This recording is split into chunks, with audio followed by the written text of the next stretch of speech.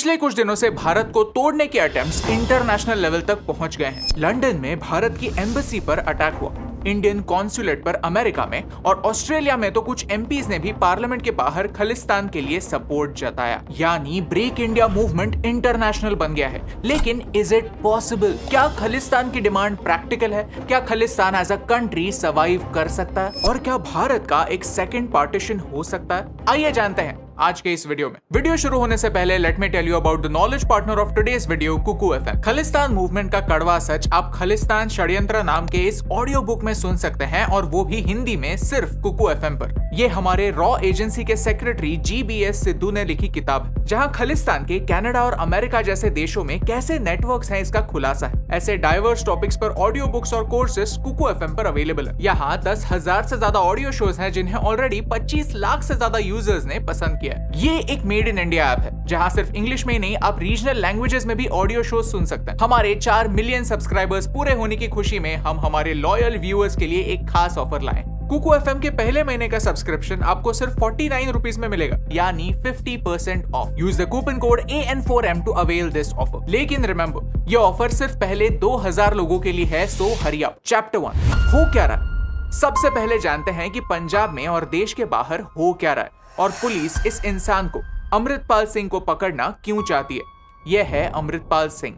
Short में समझा जाए तो 6 महीने पहले ये दुबई में रहते थे और अक्टूबर 2022 में भारत में आए, और अचानक से उनके हजारों की तादाद में फॉलोअर्स बढ़ गए। इंस्टाग्राम के फॉलोअर्स नहीं, ऐसे फॉलोअर्स जो उनके साथ रैलीज निकालने लगे, पंजाब पुलिस को डोमिनेट करने लगे, और यहाँ तक उनके साथियों को जेल से छुड़वाने में भी कामयाब हो गए। अमृतपाल सिंह ने ये भी कहा कि वो खुद एज एन इंडियन आइडेंटिफाई नहीं करते, और वो एक फ्री खालिस्तान की डिमांड करने लगे। यहाँ तक ये भी कहने लगे कि जैसे इंदिरा गांधी जी खालिस्तान मूवमेंट को रोक नहीं पाई, वैसे ही मोदी जी भी रोक नहीं पाएंगे। वो हमारे होम मिनिस्टर अमित शाह को भी खुलेआम चैलेंज कर रहे थे, धमकी दे रहे थे। खालिस्तान का इतिहास और सिखों के लिए एक सेपरेट राष्ट्र की मांग क्यों हो रही है, ये हमने इस वीडियो में एक्सप्लेन किया। आई वुड हाईली रेकमेंड कि अगर आपने ये वीडियो मिस कर दिया है तो एक बार उसे जरूर देखिए। पॉइंट पर आते हैं। अमृतपाल सिंह ने ये सोचा कि पंजाब पुलिस उनका बाल भी बाका नहीं कर पाएगी, लेकिन हुआ उल्टा। कुछ ही दिनों बाद अमृतपाल सिंह की ही अरेस्ट का वारंट निकला। 18 मार्च को उन पर अटेम्प्टेड मर्डर और ऑब्स्ट्रक्शन ऑफ लॉ एनफोर्समेंट का आरोप लगा, और पुलिस ने उनके 100 साथियों को हिरासत में ले लिया। पंजाब में कुछ समय के लिए इंटरनेट सर्विसेज सस्पेंड कर दी गई, लेकिन अमृतपाल सिंह फरार हैं। तो जब अमृतपाल सिंह के अरेस्ट की बात आई तो उन्होंने सोचा कि लाखों सिख लोग पुलिस को रोकने में उनकी मदद करेंगे, लेकिन अमृतपाल सिंह को भारत की सिख कम्युनिटी ने जमकर विरोध किया। सिख कम्युनिटी के कई दिग्गजों ने खालिस्तान की कॉन्सेप्ट को ठुकराया है और भारत को अपनाया। आज नहीं तो कल पुलिस अमृतपाल सिंह को पकड़ ही लेगी। लेकिन सरप्राइजिंग बात यह है कि उन्हें इंटरनेशनली बहुत सपोर्ट मिल रहा है, और ये सपोर्ट एक साइलेंट सपोर्ट नहीं है,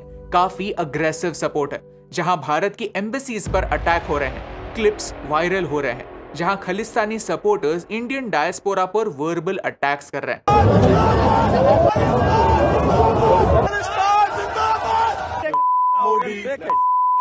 अच्छा, तो समझते हैं कि खालिस्तान को इंटरनेशनली इतना सपोर्ट क्यों मिल रहा है। चैप्टर 2, खालिस्तान के प्रेसिडेंट। ये है जगजीत सिंह चौहान, जो खुद को खालिस्तान के प्रेसिडेंट कहते हैं। खालिस्तान को इंटरनेशनली इतना सपोर्ट क्यों मिलता है, ये समझने के लिए आपको इनके काम को समझने की जरूरत है। जैसे 70s और 80s में भारत के अंदर पंजाब में मिलिटेंसी बढ़ी और खालिस्तान की डिमांड स्ट्रॉन्ग हुई, वैसे ही इन्होंने लंदन में खालिस्तान के वॉइस को स्ट्रॉन्ग बनाया। 1971 में वो लंदन मूव हो गए। उन्हें पाकिस्तानी आर्मी डिक्टेटर याया खान ने इन्वाइट भी किया। उन्होंने पाकिस्तान में यहाँ पर अपनी खालिस्तानी गवर्नमेंट एस्टैब्लिश करने की कोशिश भी की। उन्होंने न्यूयॉर्क टाइम्स में एक एड देकर पूरे सिख डायस्पोरा से पैसे भी कलेक्ट किए ताकि वो खालिस्तानी सरकार बना सके, और उन्होंने खालिस्तानी नेशनल काउंसिल एस्टैब्लिश भी किया। यहाँ तक उन्होंने खालिस्तानी पासपोर्ट, स्टैम्प्स और डॉलर्स भी प्रिंट किए। ऑपरेशन ब्लू स्टार के बाद उन्होंने बीबीसी पर एक इंटरव्यू दिया। यहाँ उन्हें पूछा गया कि क्या आपको लगता है कि ऑपरेशन ब्लू स्टार के बाद इंदिरा गांधी जी की सरकार गिर जाएगी, तो उन्होंने कहा, and I quote, "Within a few days you will have the news that Mrs. Gandhi and her family have been beheaded. That is what Sikhs will do." और कुछ ही दिनों बाद हमारे प्राइम मिनिस्टर का असैसिनेशन हो गया। 2001 तक ये इंसान इन एग्जाइल रहे, देश के बाहर रहे, लेकिन फिर सरकार ने उन्हें पार्डन कर दिया और वो वापस चले आए। तब तक 1990s में पंजाब पुलिस ने खालिस्तानी मूवमेंट को और एक्सट्रीमिज्म को बहुत हद तक कंट्रोल कर दिया। लेकिन जो लोग देश छोड़कर कनाडा, लंदन, अमेरिका, ऑस्ट्रेलिया जैसे देशों में सेटल हो गए थे, उन्हें कंट्रोल करने के लिए किसी ने एक्शन नहीं ली। यानी जिन लोगों को इंटरनेशनली रेडिकलाइज किया गया था वो लोग अभी तक वैसे ही है और वो अगली पीढ़ी तक खालिस्तानी एजेंडा पहुंचाते हैं। और सबसे इंटरेस्टिंग बात तो ये है कि जो लोग देश के बाहर है उन्हें इन्फ्लुएंस करना पाकिस्तानी एजेंसीज के लिए आसान हो जाता है। और आज हमें कुछ ऐसा ही देखने मिल रहा है। ब्रेक इंडिया मूवमेंट को बाहर से सपोर्ट मिल रहा है। Chapter 3, international support for Khalistan. चलिए क्विकली देखते हैं कि इंटरनेशनली खालिस्तान के सपोर्ट में क्या क्या हो रहा है। न्यूयॉर्क के टाइम्स स्क्वायर में खालिस्तानी सपोर्टर्स ने एंटी इंडिया स्लोगन्स डिस्प्ले किए, जोरों से म्यूजिक बजाना स्टार्ट किया, खालिस्तानी झंडे फहराए और फ्री अमृतपाल सिंह के नारे लगाए। वॉशिंगटन में एक इंडियन जर्नलिस्ट को वर्बली अब्यूज किया गया। कुछ दिनों पहले 2000 खालिस्तानी सपोर्टर्स लंदन में भारत के हाई कमीशन के सामने असेंबल हुए। इन हुलिगन्स ने भारत के झंडे का अपमान किया। ऑस्ट्रेलिया में भी खालिस्तानी ग्रुप्स ने इंडियंस पर अटैक जारी रखा और कई बार हम देखते हैं कि कनेडियन पॉलिटिशियंस भी इन खालिस्तानी एक्टिविस्ट को सपोर्ट और एनकरेज करते हैं। वर्स्ट पार्ट यह है कि ये incidences once in a lifetime वाले इंसिडेंसेस नहीं है। एक ऑर्गेनाइज तरीके से खालिस्तानी मटेरियल प्रिंट होकर इन लोगों तक पहुंचाया जाता है, उन्हें रेडिकलाइज किया जाता है और फिर इंडियंस पर अटैक होता है। सबसे बुरी बात यह है कि इन पर एक्शन नहीं ली जाती। अक्सर अमेरिका, यूके, कनाडा, ऑस्ट्रेलिया यहाँ की सरकार कोई भी एक्शन लेने से कतराती है क्योंकि वहां भी वोट बैंक पॉलिटिक्स चलता है। इन लोगों के अगेंस्ट एक्शन लेकर वो उनका वोट गंवाना नहीं चाहते। Chapter 4, is Khalistan possible? In the end चलिए देखते हैं कि क्या Khalistan as a country survive भी कर सकता है। क्या उनके पास सफिशिएंट नेचुरल रिसोर्सेज और इंडस्ट्रीज हैं उनकी इकोनॉमी को रिवाइव करने के लिए? The short answer is absolutely not.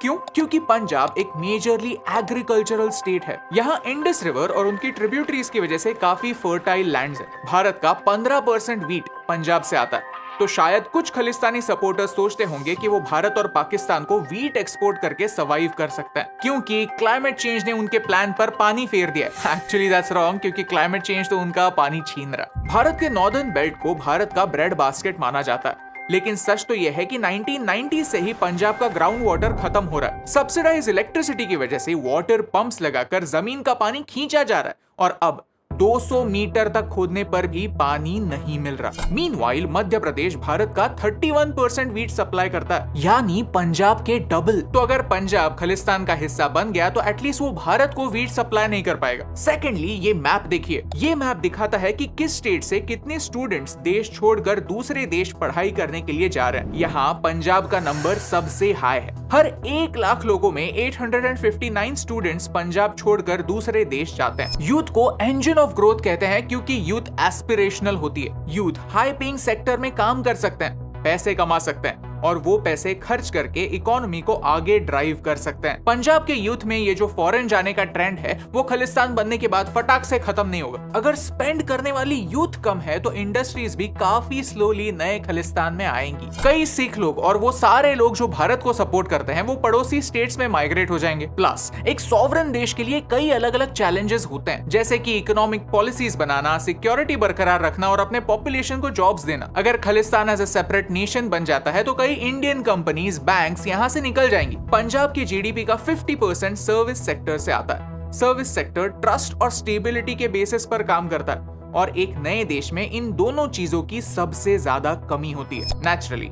उनके इंडियन गवर्नमेंट के साथ अच्छे संबंध नहीं होंगे तो उनके लिए सबसे इंपॉर्टेंट चीजें इंपोर्ट करना इम्पॉसिबल हो जाएगा। प्लस पंजाब की जियोग्राफी देखिए, पंजाब लैंडलॉक्ड है। उनके लिए सबसे क्लोजेस्ट पोर्ट गुजरात में होगा। अगर पंजाब भारत के साथ ट्रेड नहीं कर सकता तो उसे दूसरे देशों के साथ ट्रेड तो करना ही पड़ेगा। हाँ, एक और रास्ता है कि भारत से नहीं पाकिस्तान के कराची से इंपोर्ट करो और शायद पूरी खालिस्तान मूवमेंट इसी आशा पर टिकी है कि पाकिस्तान उनका ट्रेडिंग पार्टनर बनेगा। पाकिस्तान उन्हें इकोनॉमिक सपोर्ट और इंफ्रास्ट्रक्चर देगा, इलेक्ट्रिक ग्रिड देगा और चाय भी देगा। Let that sink in for a moment. Khalistan एक पूरे देश की मूवमेंट की डिमांड सिर्फ इसी बेसिस पर टिकी है कि एक ऐसा देश उन्हें सपोर्ट करेगा जो खुद एक इकोनॉमिक क्राइसिस से गुजर रहा है। खालिस्तानी सपोर्टर्स मांगते तो है कि एक नया देश बने ताकि सिखों को ज्यादा प्रोटेक्शन मिले, लेकिन वो पार्टीशन का वायलेंस भूल जाता है। वो कभी भी सिखों के second most holiest site Kartarpur Sahib को खालिस्तान के मैप में इंक्लूड नहीं करते क्योंकि वो पाकिस्तान को नहीं दुखाना चाहते। ये एक बहुत बड़ा प्रूफ है कि खालिस्तान की डिमांड एक प्रैक्टिकल डिमांड नहीं, सिर्फ इंस्टेबिलिटी बढ़ाने के लिए होने वाला एक नाटक है और देश की सिख कम्युनिटी को ये पता है, इसीलिए वो भारत को सपोर्ट करते हैं। और इसीलिए अगर इस वीडियो के थ्रू कोई मैसेज लोगों तक पहुंचता है तो वो यही होना चाहिए कि भारत एक राष्ट्र जहां हमें हर इंसान को प्रोटेक्ट करने की जरूरत। सिख कम्युनिटी भारत में एक माइनॉरिटी है,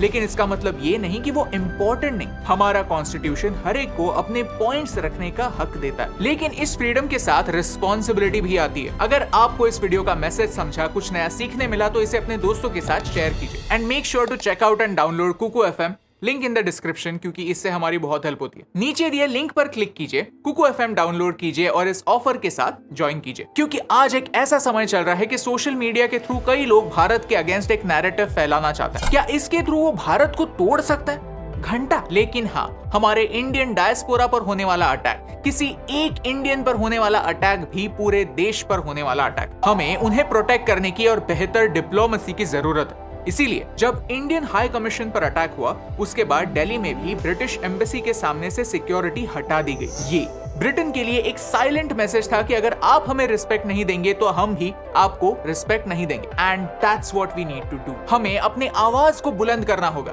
और उसी बुलंदी से ये दुनिया तक पहुंचाना भी होगा। और यही इंपॉर्टेंट बात, आप तक पहुंचाने से मुझे फर्क पड़ता है।